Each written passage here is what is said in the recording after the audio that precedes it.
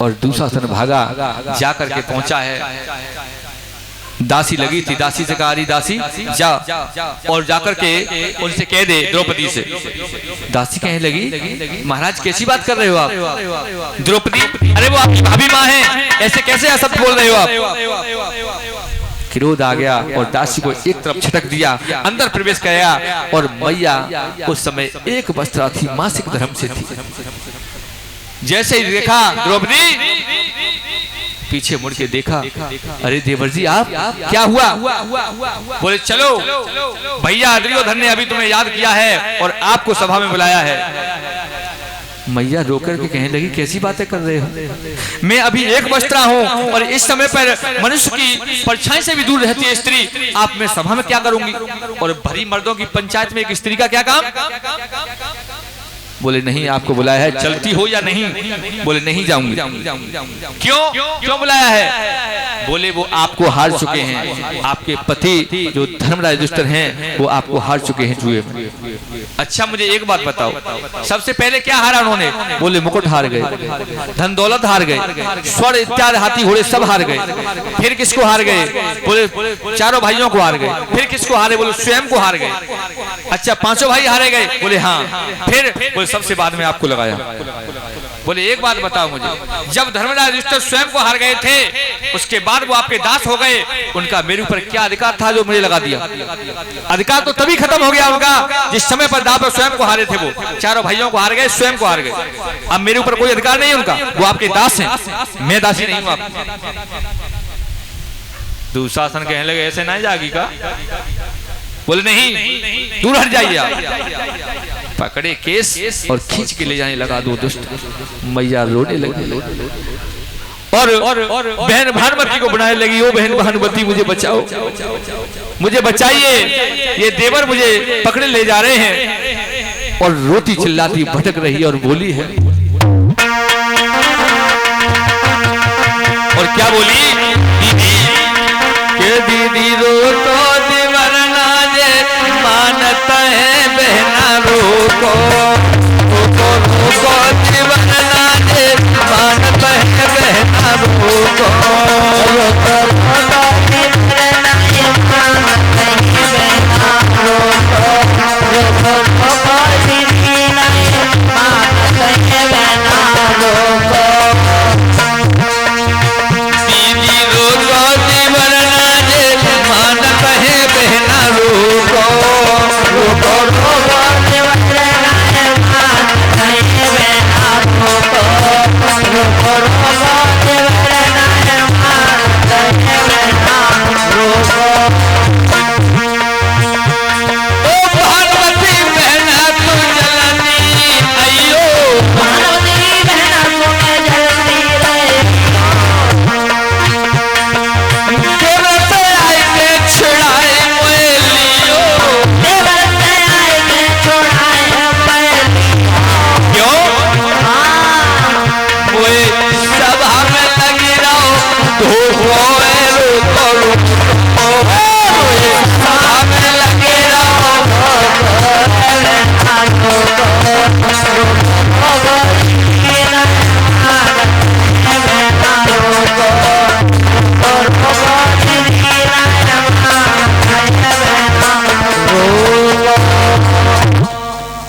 दीदी जल्दी आके मुझे बचा, मुझे सभा में धोखा लग रहा है, मेरे साथ धोखा हो सकता है, आप आ जाइए मुझे बचाइए।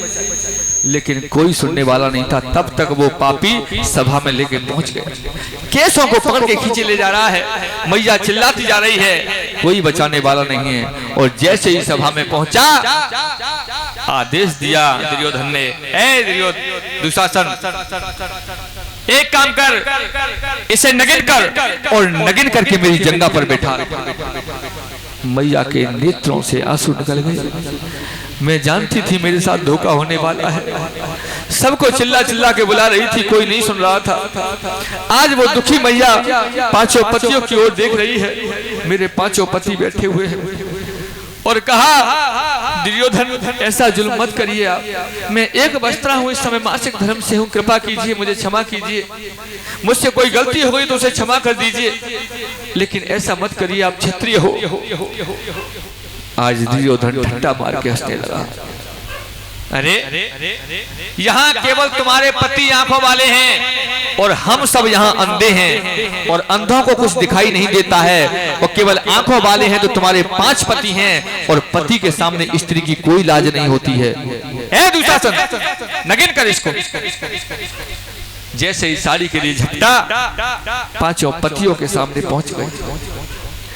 5 पतियों से हाथ जोड़ के कहा, नाथ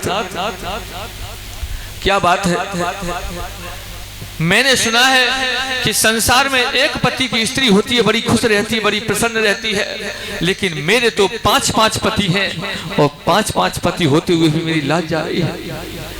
5 ने नीचे गर्दन झुका ली, कोई नहीं बोला। मैया रो गई और रो करके बोली है,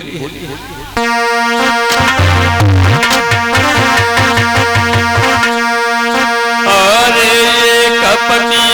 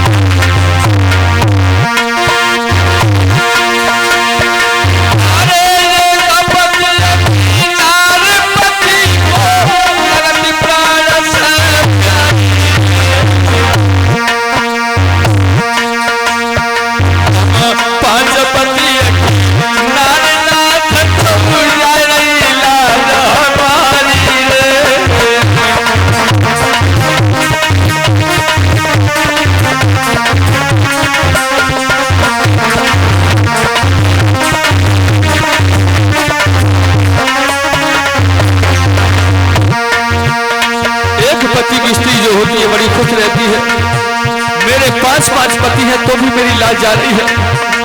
पापी दुशासन साड़ी में झटका लगा रहा है और मैया बिलख रही है, दोनों हाथों से साड़ी पकड़े है। छोड़ दो मुझे, आज वो माँ अकेली दुखियारी घिरी है। जिस तरह से सिंहों ने गाय को घेर लिया हो जंगल में, ऐसे मैया दुखी है। और मैया बोली है 5 पतियों से,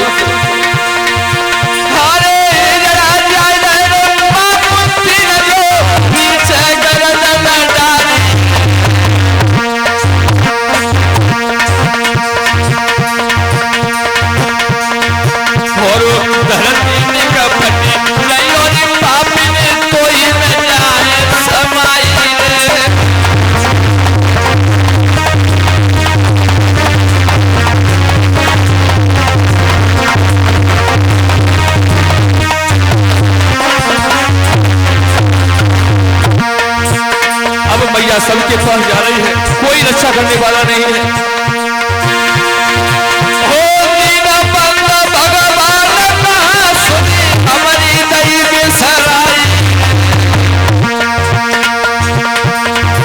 हरे कौन जन्म के बापनाथ हमें आए रहे पेरी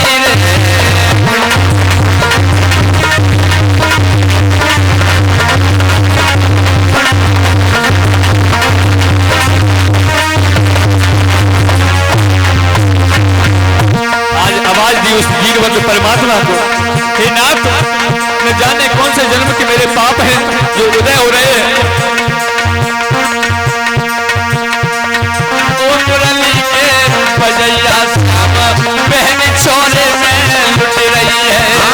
ओ बंसी के बजैया श्याम बहन छोरे में लुट रही है।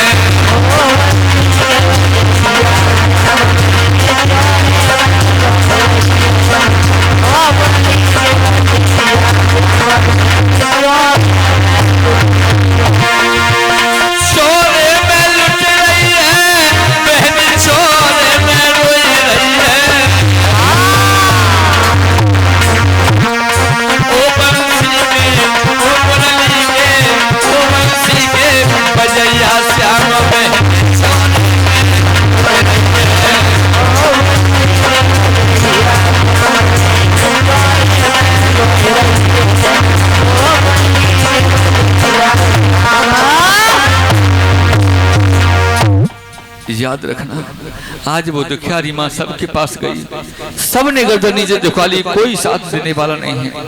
वो मैया आगे बढ़ी, पिता में भीष्म के पास गई, उन्होंने भी नजर नीचे झुका ली, कोई सुनने वाला नहीं है। धृतराष्ट्र की नजर की, उन्होंने भी नीचे गर्दन झुका ली। याद रखना, धृतराष्ट्र अंधा था आंखों से, लेकिन आज का वो हर पिता अंधा है। हर पिता धृतराष्ट्र है जो अपने बच्चों की गलतियों पर पर्दा डाल देता है। यदि पिता के सामने इस समय कुल वधू का अपमान हो रहा था, धृतराष्ट्र में इतनी शक्ति थी कि बेटा उसका कुछ नहीं बिगाड़ सकता था। पिता में भीष्म यदि खड़े हो जाते सभा में, किसी की हिम्मत नहीं थी कि बात को काट देता। जीवन में कभी भी यदि बेटा गलती करे, उसकी गलतियों पे पर्दा मत डालना। कभी बड़े पावरफुल बनने की कोशिश मत करना कि हम यहाँ बड़े हैं तो हमारी इज्जत चली जाएगी। नहीं भैया, यहाँ पर जो है ऐसा नहीं होगा। यहाँ पर तो केवल यदि बेटे की गलती है तो उसे डांट देना, जीवन में सुख ही सुख मिलेगा।